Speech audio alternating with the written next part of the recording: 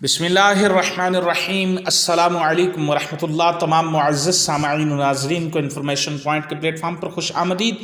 سامعین و ناظرین، ہماری آج کی ویڈیو کے اندر ہم ایک ایسی حدیث پاک سنیں گے جس میں اللہ کے نبی صلی اللہ علیہ وسلم نے اس شخص کا انعام بتایا ہے جو حق پر ہوتے ہوئے بھی جھگڑا چھوڑ دے۔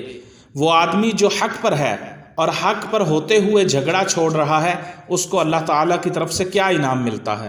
سامعین، سنن ابو داؤد کی روایت ہے، رسول اللہ صلی اللہ علیہ وسلم نے فرمایا، میں اس آدمی کے لیے جنت میں ایک محل کا ذمہ دار ہوں جو حق پر ہوتے ہوئے بھی جھگڑا چھوڑ دے۔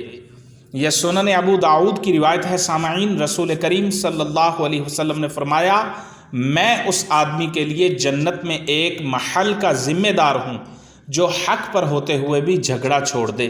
یعنی جو بندہ حق پر ہوتے ہوئے بھی جھگڑا چھوڑ دے گا، اللہ تبارک و تعالیٰ اس کو جنت میں محل عطا کرے گا، اور اس محل کو عطا کرنے کی ذمہ داری اللہ کے رسول صلی اللہ علیہ وسلم نے لی ہے۔